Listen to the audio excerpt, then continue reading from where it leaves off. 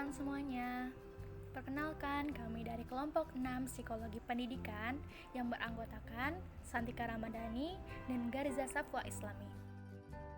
Tujuan umum dari rancangan pembelajaran ini adalah untuk meningkatkan kemampuan menulis pada siswa tunarungu SMA X. Aspek menulis sendiri menurut Jauh Hari terdapat 6 bagian. Yang pertama adalah menguasai ejaan, lalu terampil memilih kata, lalu yang ketiga terampil membuat kalimat efektif dan efisien, yang keempat terampil menggunakan tanda baca, selanjutnya terampil membentuk paragraf, dan yang terakhir adalah terampil mengembangkan topik karangan. Tujuan spesifik dari rancangan pendidikan ini adalah meningkatkan kemampuan dalam menguasai aspek-aspek menulis, yaitu menguasai ejaan dan terampil dalam membuat kalimat efektif dan efisien.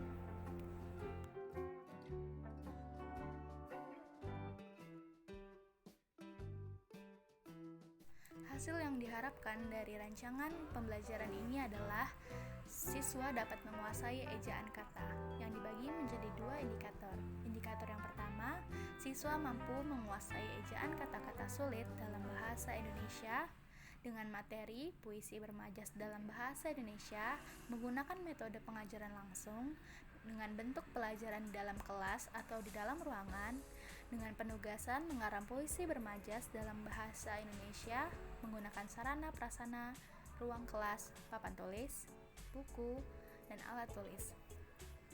Untuk indikator kedua yaitu mampu menguasai ejaan dalam bahasa Inggris dengan materi daily conversation dengan metode pengajaran langsung menggunakan bentuk pelajaran di dalam kelas atau di dalam ruangan, dengan penugasan membuat dialog daily conversation menggunakan sarana dan prasarana ruang kelas, papan tulis, buku, dan alat tulis. Lalu beranjak pada aspek kedua, yaitu peserta didik diharapkan terampil membuat kalimat efektif dan efisien. Indikator yang dilihat dalam aspek ini yang pertama adalah hemat dalam penggunaan kata namun tetap memiliki makna yang jelas. Materi yang akan diberikan adalah penulisan kalimat yang baik dan benar dengan menggunakan metode pengajaran langsung, yaitu pemberian materi berupa bagaimana cara penulisan kalimat yang baik dan benar oleh guru, dan bentuk pembelajarannya pun dilaksanakan di dalam kelas atau di dalam ruangan.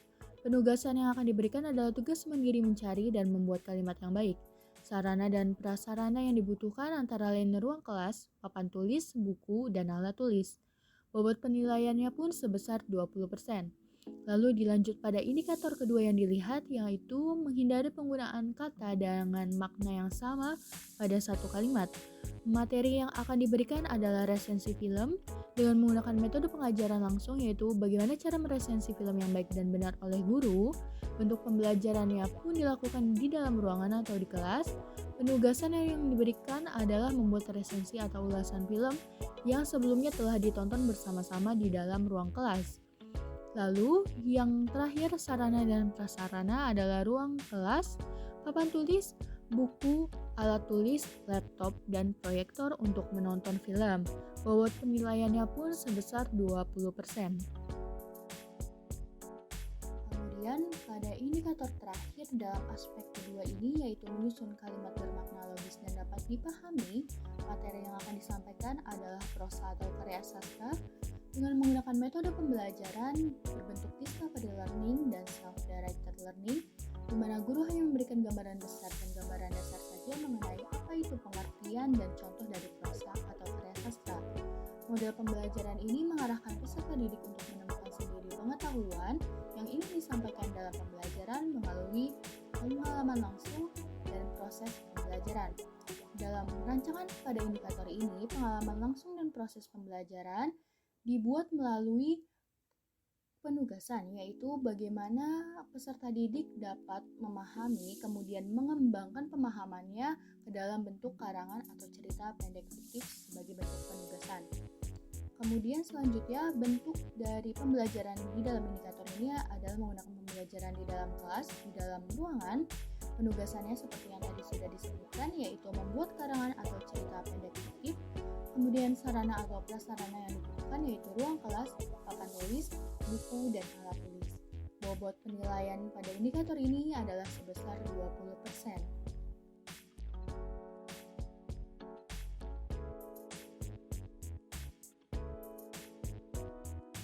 Selanjutnya adalah evaluasi.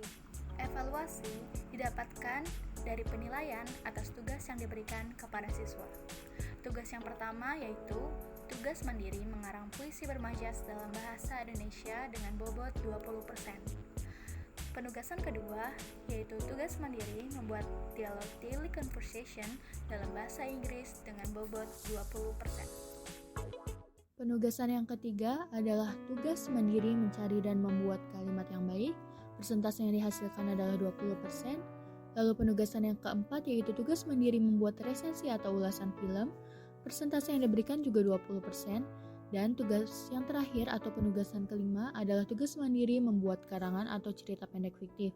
Persentase yang dihasilkan juga sama rata 20%, sehingga total persentase dari kelima penugasan ini adalah 100%.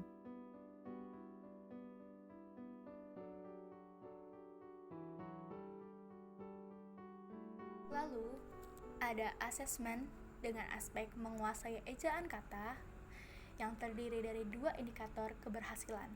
Indikator keberhasilan yang pertama yaitu siswa mampu menguasai ejaan kata-kata sulit dalam bahasa Indonesia.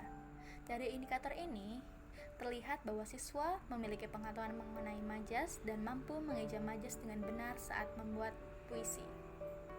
Indikator yang kedua yaitu mampu menguasai ejaan dalam bahasa Inggris.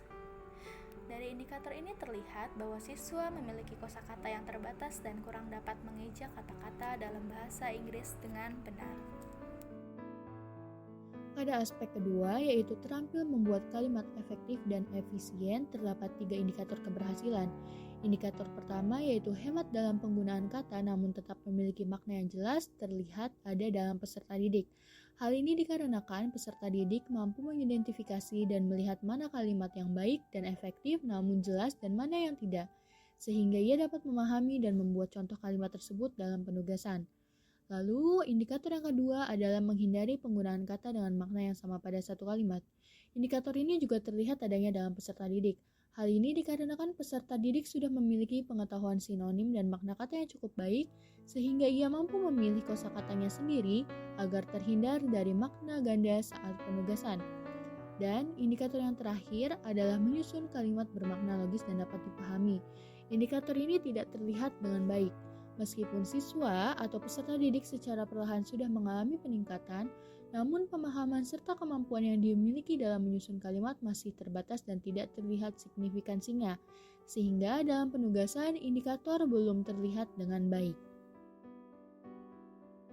Selanjutnya, setelah dilaksanakan rancangan pembelajaran ini pada peserta didik X, peserta didik terlihat memenuhi 3 dari 5 indikator keberhasilan.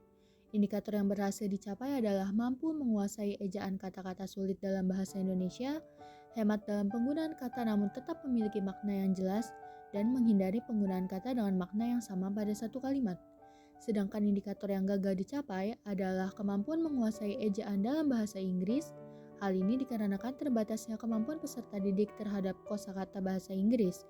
Dan yang lainnya adalah kemampuan dalam menyusun kalimat bermakna logis dan dapat dipahami.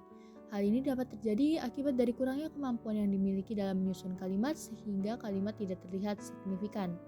Strategi yang dapat diterapkan untuk menangani hal tersebut adalah dengan memperbaiki proses pengajaran, seperti memperbanyak kosakata bahasa Inggris dan memberi contoh kalimat efektif, meningkatkan motivasi belajar peserta didik dengan cara memberi feedback yang baik dan memberi pengajaran perbaikan atau remedial teaching. Terima kasih telah menyimak video presentasi dari kami. Sampai jumpa semuanya.